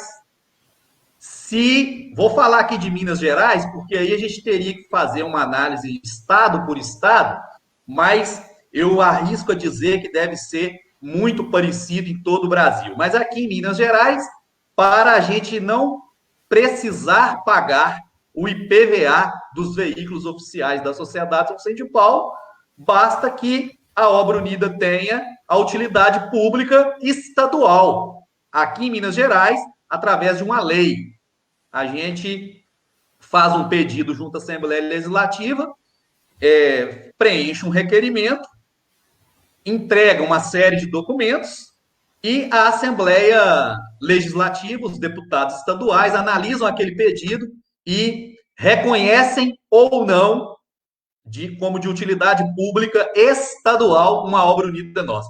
Com essa utilidade pública estadual, eu dou entrada na Secretaria de Estado de Fazenda de Minas Gerais a isenção do IPVA. Como eu disse aqui há pouco, nós estamos lá no Conselho Metropolitano de Ouro Preto, na equipe de intervenção. O veículo do Metropolitano de Ouro Preto pagava IPVA de forma errada, por falta de conhecimento. Nós chegamos e tomamos atitude, fizemos requerimento, já não vamos mais pagar IPVA. Aqui em Governador Valadares, nós temos alguns veículos oficiais, eu creio que nenhum deles deve pagar IPVA. Eu tenho certeza que o do Metropolitano e o do Central não paga IPVA. O Central Rio Doce também não paga. E IPTU é um tema bastante complexo, né? Pode ser que alguém que está nos assistindo vai até discordar, porque talvez no município deles isso não acontece, mas a sociedade São Vicente de Paulo, se ela cumprir com certos requisitos da lei, principalmente do Código Tributário Nacional, artigo 14, se a gente cumprir o que diz o artigo 14 do Código Tributário Nacional, nós podemos entrar junto às prefeituras com o pedido de imunidade de IPTU. Sociedade São Vicente de Paulo, em tese, não tem que pagar IPTU. E nenhuma dessas duas situações, IPTU e IPVA, você precisa de SEBAS. No caso do município, que é o IPTU, utilidade pública municipal. No caso do IPVA, utilidade pública estadual. Vou deixar só esses dois exemplos aí, mas tem outros também. Mas esses dois exemplos dá para a gente poder entender bem o assunto.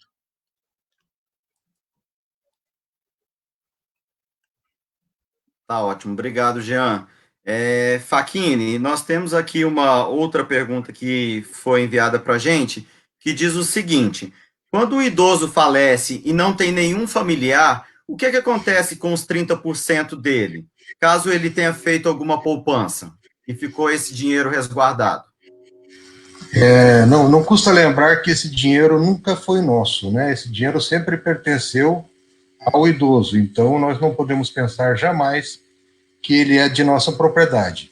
Quando há o falecimento de idoso que não tenha herdeiro, sucessor, ascendente ou descendente, nós precisamos que seja aberta um processo judicial chamado herança jacente, e esse dinheiro vai necessariamente para o poder público. Aí o poder público, se decidir que pode entregar esse dinheiro para uma obra, ele que entregue, mas de maneira inicial ele é obrigatoriamente passado ao poder público.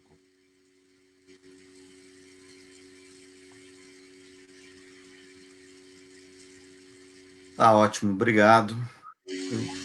Pessoal, se mais alguém tiver alguma pergunta, alguma dúvida, pode ir postando para a gente aqui nos comentários. Deixa eu só dar uma lidinha aqui, se a gente tem mais algumas, se vocês também puderem me ajudar, porque tanto comentário aqui que eu fiquei acabando perdido. Tem um monte de gente participando conosco. Ô, Vitor, enquanto você procura aí, deixa eu fazer um comunicado aqui. Estou recebendo diversas mensagens aqui dos meus amigos pedindo para emitir os boletos para a campanha Rede de Caridade.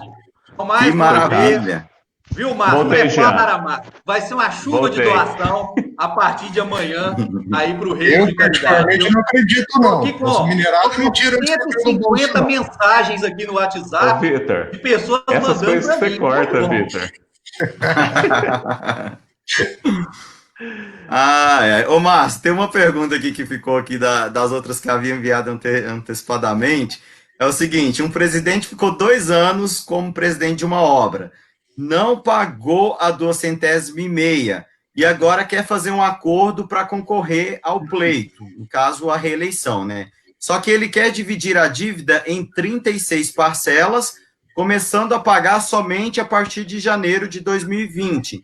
Mas a eleição, ela acontece agora, em outubro. Ele pode ser candidato? Não pode. A resolução 2 Resolução 1, né, na realidade, de 2018, ela não permite, porque a São Vicente de Paulo deixou a obra em dívida, né? E se ele fizer o acordo antes da eleição, 60 dias antes, assinar esse acordo e começar a pagar o acordo, ele pode concorrer normal. Agora, ele fazer um acordo para 2021, começar a pagar em 2021, e para concorrer à eleição, quem garante que ele vai pagar? Ele já não quis pagar os 2 anos anteriores, né? Então, isso é uma coisa que a gente está até orientando as nossas unidades a colocarem nos acordos, né?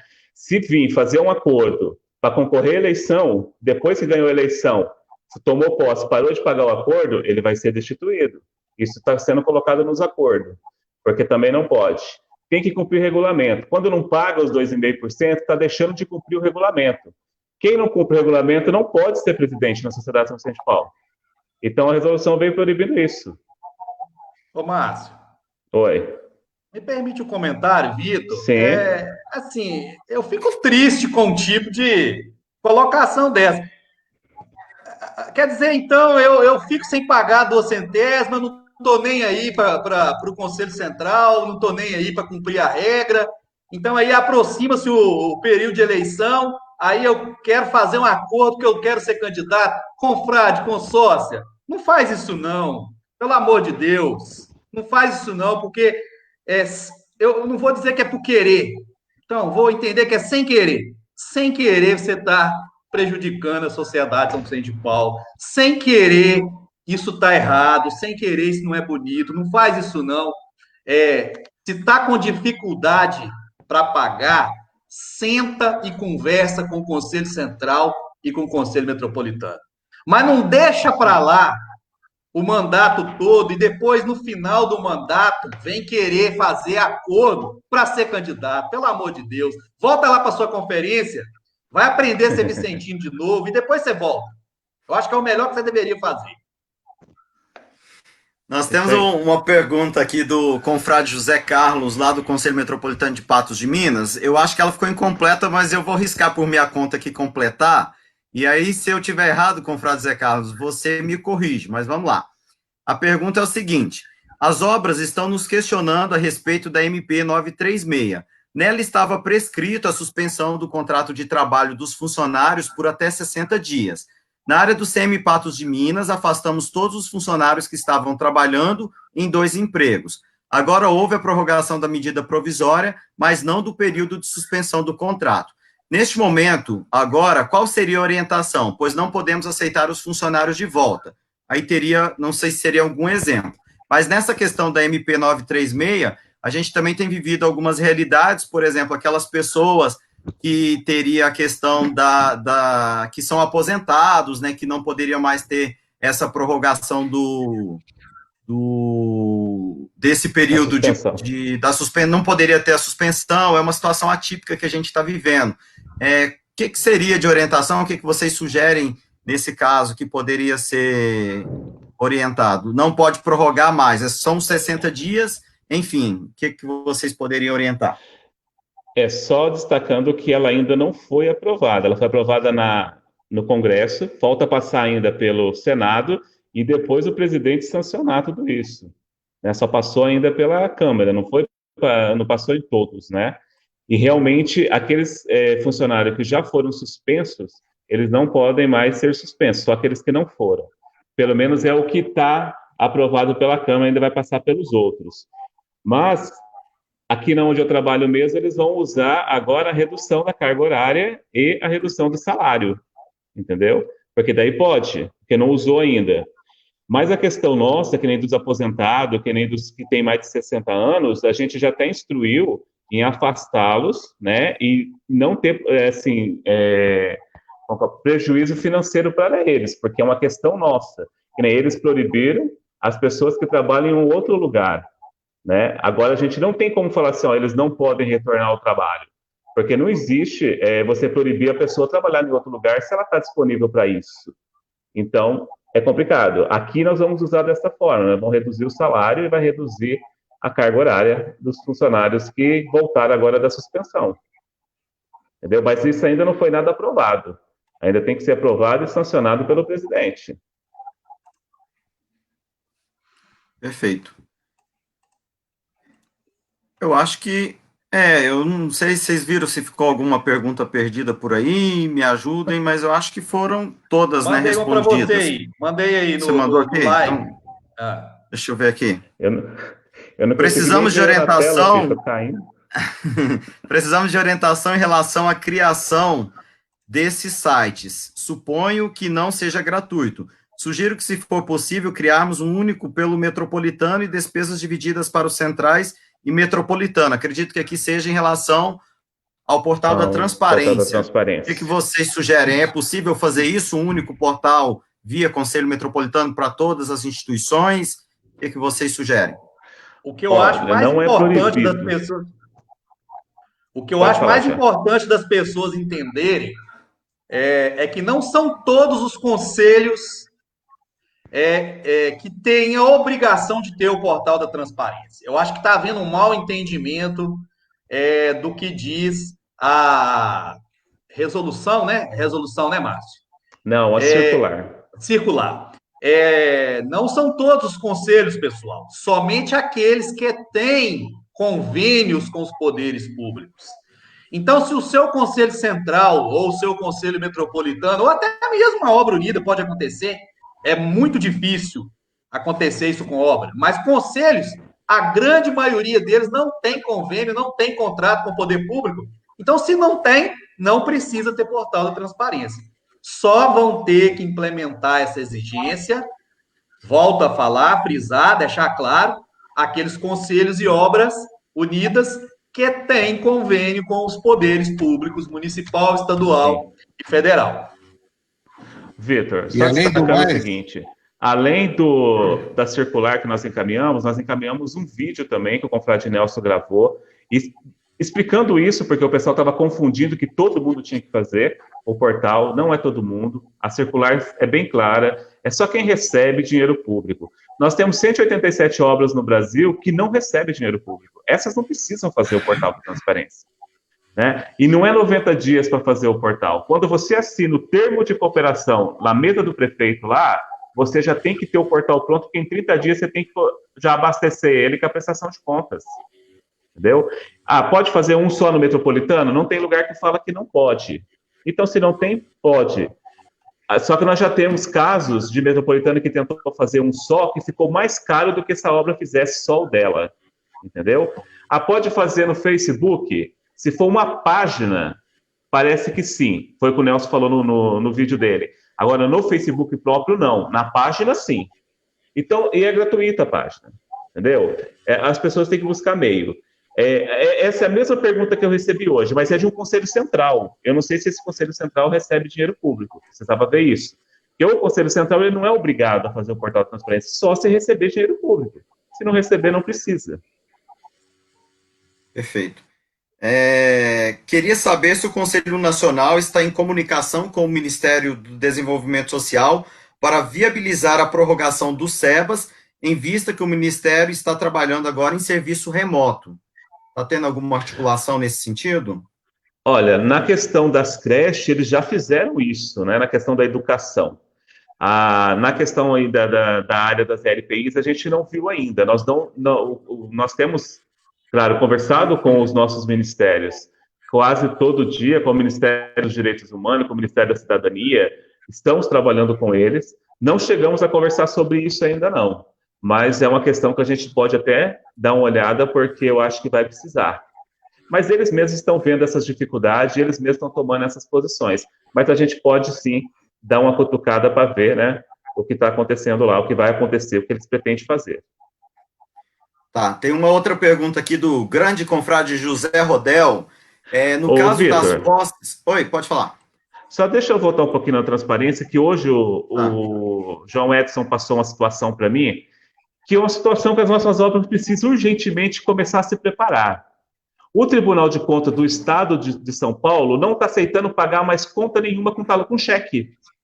Tem que ser transferência. E o João Edson está com o maior pepino lá resolvendo de uma unidade nossa. Então, assim, já tem que se preparar para isso. Há 5 anos atrás, o pessoal já está falando que só pode ser pago com transferência, que não pode usar mais talão de cheque. O pessoal continua usando talão de cheque. Então, já tem que começar a se preparar. Daqui uns dias vai vir uma multa grande para as unidades, aonde a gente vai ter que, né, claro, nós vamos recorrer, mas a gente pode ser multado de uma forma que a gente tem que pagar, ou devolver o dinheiro. Então, precisa tomar esses cuidados. Precisa já olhar. A Lei 13.019, né, que é a lei lá do marco regulatório, no artigo 57 já fala sobre isso. E essa lei é de 2014. Entendeu? Então, assim, nossas obras precisam, nossas diretorias precisam começar a estudar essas leis que regem ali o trabalho deles. Não é só ficar assinando termo de cooperação com a prefeitura sem saber o que está assinando. Assinando TAC com a prefeitura sem saber o que está assinando.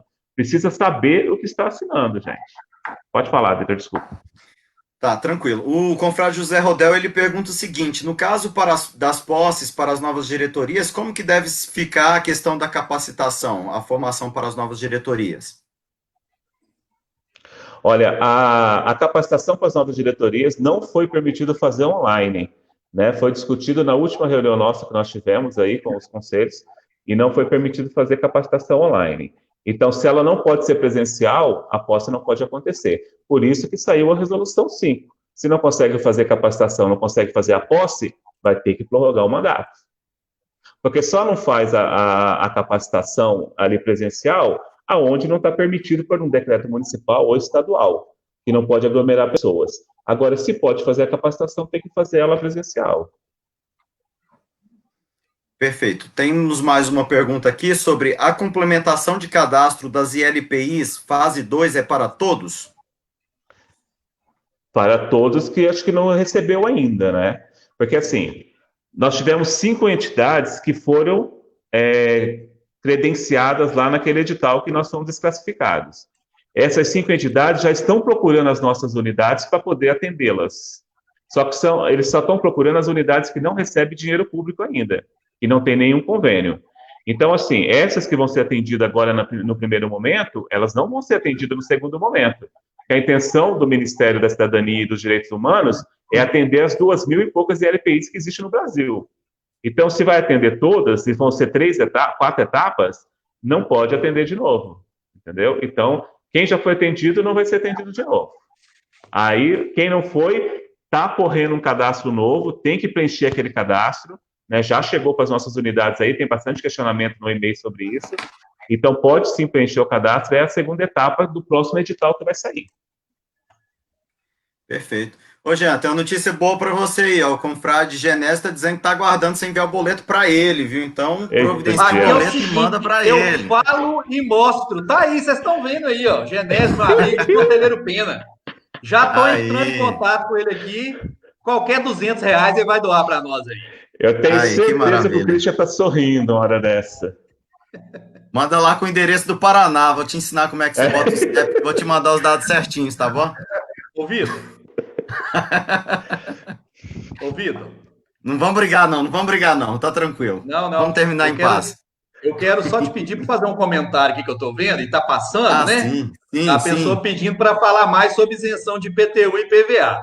É um tema muito complexo aqui, não há como a gente ficar entrando em detalhes. Vamos combinar, talvez, de passar aí depois o e-mail do DENORB Nacional, e aí a pessoa manda o e-mail, o Márcio encaminha para mim, aí a gente manda por escrito o passo a passo para você requerer a isenção de IPTU e de IPVA. Lembrando, não é só IPTU e IPVA, não, existem outros impostos que a gente pode requerer isenção. Só citei esses 2 aqui, mas aí a gente manda orientação, porque aqui nesse momento não dá, porque é muito complexo. E lembrando que no próximo boletim brasileiro vai sair uma matéria sobre essa situação do IPTU, do IPVA, das isenções que a gente tem direito. Eu estou preparando, exatamente. O Jean que está preparando, que a gente não procura. Até destacando o seguinte, muitos falam para nós assim, mas eu tenho um imóvel alugado e lá a prefeitura cobra IPTU porque está alugado. A prefeitura só vai cobrar IPTU se você não for lá e mostrar para ela que o dinheiro daquele aluguel você usa para atender os pobres. Exatamente. Se você for lá e comprovar para ela que você usa para atender os pobres, ela vai te dar a isenção do IPTU. E outra coisa, Márcio, prefeitura, gente, como qualquer órgão público, né, ela quer arrecadar. Então ela te manda a guia do IPTU. Se você for lá e pagar e não falar nada, pronto, arrecadou. Agora, nós precisamos correr atrás do nosso direito. Então, eu tenho que ir na prefeitura e mostrar para ela, olha, a lei, a Constituição, ela me dá o direito de ser isento de IPTU. O que é que eu preciso fazer aqui? Normalmente é um processo administrativo que você dá a entrada na prefeitura e depois vem concedida a isenção. Mas se você não falar nada, a prefeitura vai te mandar as guias de IPTU para pagar. E só lembrar, viu, pessoal? É imposto, é o IPTU, taxa de lixo. Aqui a gente fala taxa de lixo, em outros lugares, taxa de resíduos sólidos, aí já é outro assunto. Iluminação pública. Taxa de iluminação pública. Aí precisa ter uma lei municipal ou estadual que nos isente, porque normalmente essa nós temos que pagar. Agora, IPTU, IPVA, ITCMD e outros, a gente tem direito de pedir a isenção. Ô Márcio, a Consolação Ângela fez um comentário aqui, eu não sei se ficou alguma dúvida aí para o pessoal. só em relação à questão da formação, para posse de novas diretorias, né? Na prorrogação de mandato Sim. não precisa haver formação, só para ficar claro aí para o pessoal. Isso mesmo. É isso aí. Então, gente, eu vou deixar a palavra aberta para vocês para as considerações finais e vamos encaminhando aí para o encerramento da nossa live. Só destacando, Vitor, que essa formação que a gente fala é só de novas diretorias. Outras formações que eles queiram fazer com os Vicentinos online, não tem problema não. Vou fazer uma formação de mapas, de atas, pode fazer à vontade.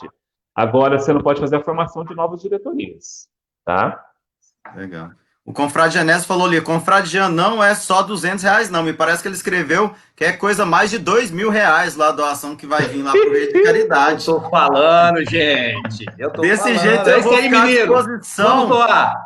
Eu vou ficar à disposição para fazer live todo dia. Se cada live render 2.000, rapidinho a gente vai bater 1 milhão, viu? Estou à disposição. Com certeza. Podem ficar à vontade, gente, para as considerações finais. Eu quero terminar da minha parte dizendo o seguinte. Logo no início eu falei que o DENO é órgão de fiscalização, aquele negócio todo. Muita gente acha que o DENO é um órgão de pessoas carrancudas e com raiva e que só procura coisa errada. Também. Não vão fugir da nossa missão, não. Mas nós queríamos deixar bem claro o seguinte, em que pese nós sermos todos aqui confrades e consórcias, verdadeiros confrades e consórcios de conferências, todos aqui, né? Posso falar principalmente por mim, né? E a gente respeita todos os outros confrades e consórcios, a gente respeita as limitações, as dificuldades, principalmente dos nossos caros presidentes de Obras Unidas e Conselhos, que nesse momento de pandemia merecem todos os elogios pela força, pelo trabalho que estão fazendo. Quantos não estão dormindo por causa de problema de coronavírus dentro de lares de idosos? Eu fico imaginando noites sem dormir. Aqui em Governador Valadares, nós temos a presidente de uma das nossas obras, inclusive passando por um momento de saúde difícil, fazendo um tratamento difícil, mas está lá firme, em que pese todo esse respeito que a gente tem, né?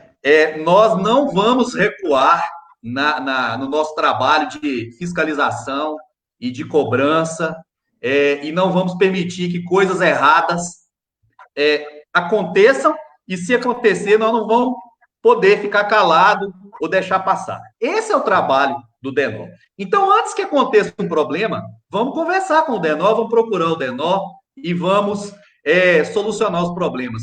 Nós não podemos recuar. Acho que nós chegamos num nível muito bom de trabalho e que a gente tem que continuar nesse ritmo, porque, infelizmente, ou felizmente, né, eu sou servidor público e eu acho que felizmente. Aquela questão do fio do bigode, isso não existe mais. Esse negócio de que a caridade resolve todos os problemas, do ponto de vista financeiro, administrativo, jurídico, não resolve mais. A gente precisa trabalhar com as legislações, a gente precisa cumprir a lei, e o DENO existe para ajudar nisso. O mundo não volta mais ao que era no passado. Os órgãos de fiscalização de prefeitura, de estado e da União estão cada dia mais firmes em cima das Obras Unidas e da Sociedade São Vicente de Paulo. Então, nós não podemos recuar. O DENO existe para ajudar, mas se tiver alguma coisa errada, nós vamos agir. É bom que isso fique claro para todas as pessoas. Não é falta de caridade, né? Pelo contrário, é caridade com a Sociedade São Vicente de Paulo que vai lá na ponta atender os nossos assistidos. E um abraço para todo mundo aqui do DENO. Vitor, muito obrigado. Márcio, Facchini, Valdir, Kelly, muito obrigado por permitir que eu pudesse participar com vocês e a todos os nossos amigos que estão nos assistindo de todos os cantos do Brasil. E mais uma vez, mineiros ou paranaenses, podem me ligar com CPF e com as informações e nós vamos fazer doações para o Rede de Caridade. Um abraço. Mineiros, pessoal, podem ligar para mim, mineiros, que eu também emito boleto. Pessoal, eu quero agradecer o Vitor, né, que fez esse trabalho todo aí pra gente. Agradecer todo mundo que nos assistiu. Agradecer as perguntas que foram enviadas, né? E dizer assim, completando aí o que o Jean falou. Claro que depois que a gente voltar, que acabar a pandemia, vai voltar tudo como era. A regra tem que ser cumprida. Hoje a regra tem que ser cumprida, não tem essa. A prorrogação do mandato foi autorizada por uma questão da pandemia, que nós não podia deixar nossas unidades sem diretoria para poder responder por aquelas unidades, né? Mas a regra tem que ser cumprida. Já quero destacar também, falar e até informar o pessoal que foi criado a rede de afeto, que é uma coisa extremamente importante para a sociedade de São Vicente de Paulo nesse momento, para os nossos vicentinos que estão aí afastados de conferências, que não estão conseguindo participar por causa da pandemia, para nossos idosos nas nossas obras que estamos com vários problemas de idosos, porque eles não podem sair, não estão recebendo visita, né? E isso é difícil, né? O Jean falou muito bem, nossa diretoria e nossos funcionários lá na base estão, assim, de parabéns, né? E fazem um trabalho de excelência mesmo. Então, só tenho mesmo a agradecer a todo mundo que está à frente das nossas unidades aí e agradecer a todos que participaram aí com a gente.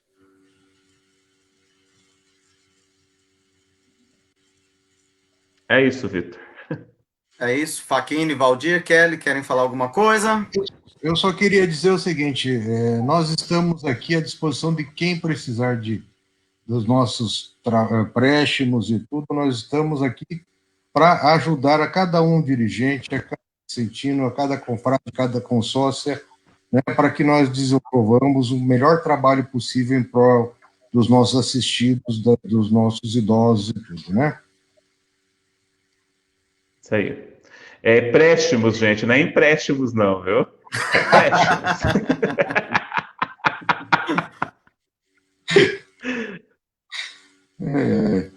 Vou falar em... Ô, Jean, Pode falar. ô, Jean, a consórcia Ângela está comentando aí, ó, que eu não sou carrancuda. Eu vi. Eu concordo com ela. Você é muito bonita, linda. Você é linda. Você e a Nayara, são as mulheres mais bonitas do menor do Conselho Nacional. Eu quero só ressaltar, só comentando aqui, como eu disse, né, uma das intenções do projeto Todos Somos Um, caminhar junto com as obras, eu gostaria de parabenizar essas obras pelos relatórios que estão chegando, né? Tá aí as comissões temporárias de acompanhamento todo dia pedindo informações das obras, se tem caso de Covid, se não tem, se está faltando alguma coisa, então toda hora pedindo informação para chegar para a gente, justamente para a gente também caminhar junto, nesse sentido documental e ação mesmo. Parabéns. O confrade Vitor, só reforçando o que o confrade Faquini comentou, eu sempre falo, quando a gente vai dar formação, e quando a gente entra dentro de uma obra para a gente assumir a presidência, tocar uma obra, eu sempre falo assim, nós nunca estamos sozinhos, nós somos uma rede de caridade, nós somos Sociedade São Vicente de Paulo. Não importa que local do país a gente esteja, a gente nunca está sozinho. Então, teve dúvida, levanta a mão, entre em contato, liga, manda um zap, com certeza, se a informação chegar de um confrade do Denor, ele não souber, o outro vai saber e vai responder. Sem resposta não vai ficar, com certeza. Isso aí. Tá ótimo. Então, em nome de todos... Posso mandar um abraço? Pode mandar um abraço para todo mundo da família. Igual o programa da Xuxa. Igual o programa da Xuxa agora. Renato Lima de Oliveira mandando um abraço para nós, falando que está acompanhando a live, né, o nosso presidente geral internacional, e para o Guilherme aqui de Governador Valadares.